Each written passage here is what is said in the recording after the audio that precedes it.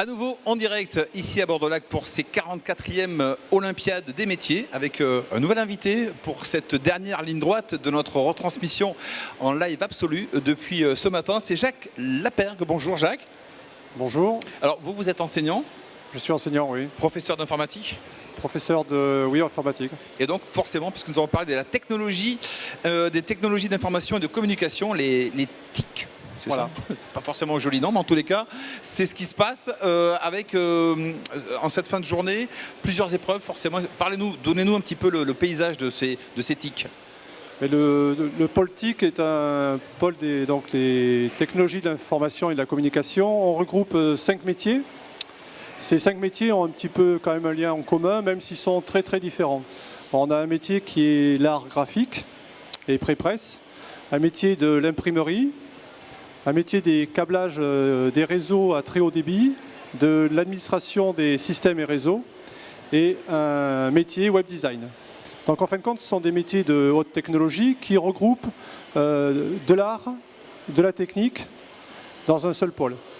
Alors voilà. Ce sont des métiers, on parlait des éditions des Olympiades des métiers, c'est depuis 44 ans, forcément il y a 44 éditions, c'était encore un concept lointain. Alors là, le problème, c'est qu'il y a 44 éditions, je ne me rappelle pas grand-chose. On peut imaginer qu'à l'époque, on était plus proche de la science-fiction, peut-être pour évoquer tous les départements que vous évoquez. Oui, il y a des métiers qui sont arrivés après, notamment, je pense au câblage des très hauts débits. C'est un métier qui est très récent et qui a pris un petit peu toute sa force dans le pôle, enfin sur le site, avec l'arrivée de la fibre optique, puisque c'est un métier où on a 2 établissements porteurs dans l'éducation nationale, qui sont un lycée à Oloron et un lycée à Auvigean à Ésine, et qui font des formations post-bac, des FCIL, pour faire des câbleurs en fibre optique, des câbleurs que vous rencontrez dans les rues ou chez vous pour installer la fibre optique dans vos immeubles. Et ça, ce sont des métiers vraiment très récents. Oui. Voilà, récents, ça veut dire qu'il y a des formations qui sont en plein développement aussi par rapport à ces métiers-là. De plus en plus, pour trouver, si des parents, si des jeunes veulent faire ça, ça devient plus facile qu'avant? Il y a beaucoup de formations à l'éducation nationale qui touchent les métiers, notamment de l'administration de réseau. Donc le câblage haut débit, on en a parlé. L'administration de réseau, ça se fait en plusieurs niveaux. Le premier niveau qu'on peut rencontrer, c'est le niveau bac professionnel, qui va se faire dans les lycées professionnels. Il y en a quelques-uns dans la région. Et ensuite, on a des niveaux au-dessus, qui sont des niveaux BTS, et voire après école d'ingénieur. Donc un jeune qui démarre en lycée professionnel peut suivre un cursus jusqu'à une école d'ingénieur pour aller dans tous les métiers autour du réseau de l'informatique. Mais on touche des métiers très larges. On va sur la gestion de bases de données, sur la gestion de serveurs, sur la gestion de sites informatiques.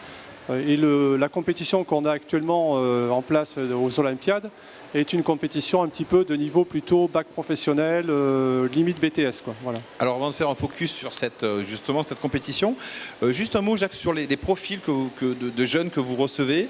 C'est plusieurs profils, il y a un profil type, est-ce que vous pouvez nous en dire un peu plus? Alors c'est un petit peu difficile pour moi parce que je suis essentiellement dans l'administration des réseaux, mais dans ce que je vois un petit peu des concurrents et puis des échanges que j'ai avec les jurys et les experts, on a des profils quand même relativement différents. Quand vous prenez quelqu'un en art graphique, automatiquement, il va lui falloir une certaine technicité pour utiliser les logiciels de la suite Adobe ou des logiciels de dessin. Mais il y a un côté obligatoirement artistique qui va ressortir, lié à la technologie de l'utilisation de l'outil. Les personnes qui sont dans les câblages haut débit, le câblage de fibre optique notamment demande énormément de minutie.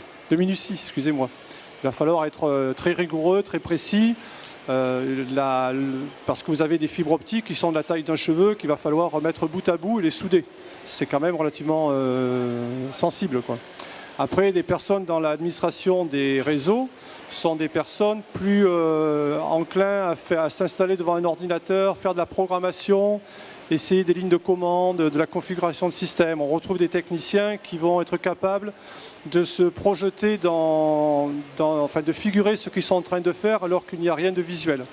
Voilà, il faut imaginer ce qu'on fait et arriver à le conceptualiser, à le concrétiser par de l'écriture de lignes, ce qui n'est pas forcément facile. Donc là, on a des gens plutôt qui vont être qui sont énormément dans l'abstrait, quoi.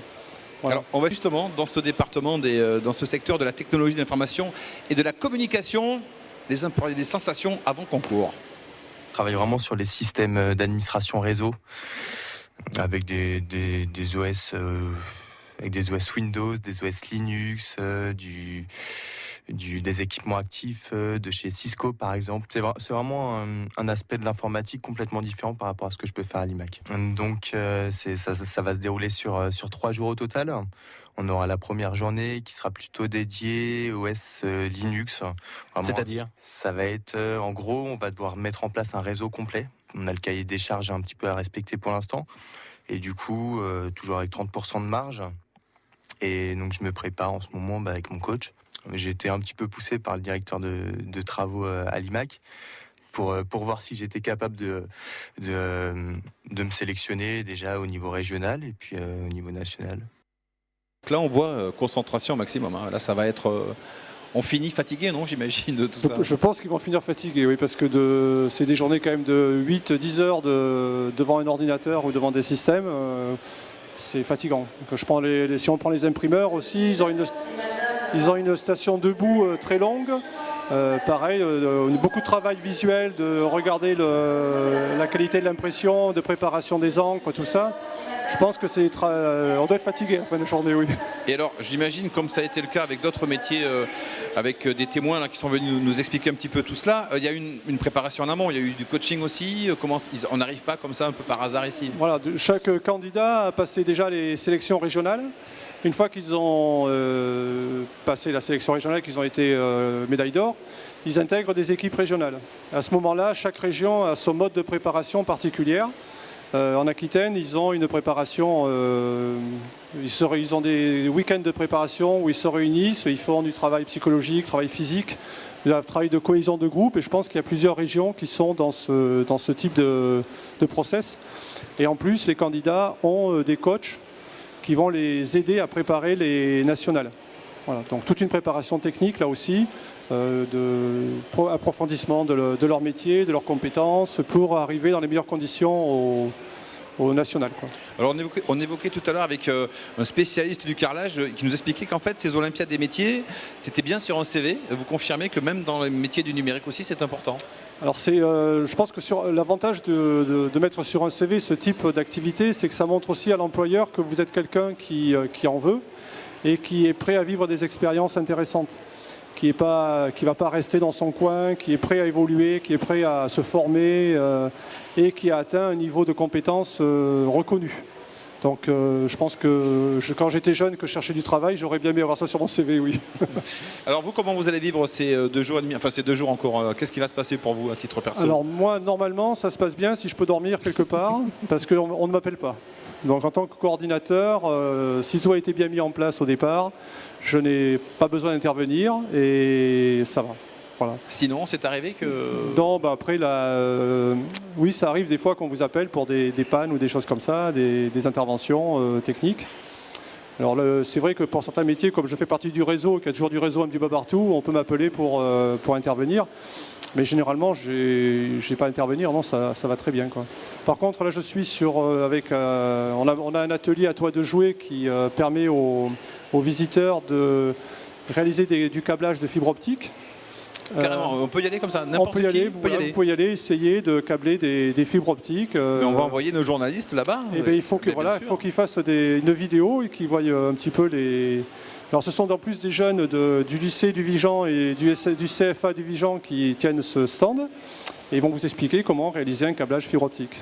Et à côté, vous avez un centre de reconversion professionnelle pour adultes handicapés qui est l'école Robert Latelade, qui elle va vous montrer comment réaliser, incruster votre photo dans un casque de cosmonaute, le transférer à travers un réseau et l'insérer dans une page web, l'imprimer, et ensuite le sérigraphier pour rapprocher un petit peu, remettre un petit peu de motifs supplémentaires. Voilà, donc en 10 minutes, on peut devenir un hacker number one, c'est ça? Pas hacker, mais en 10 minutes, vous aurez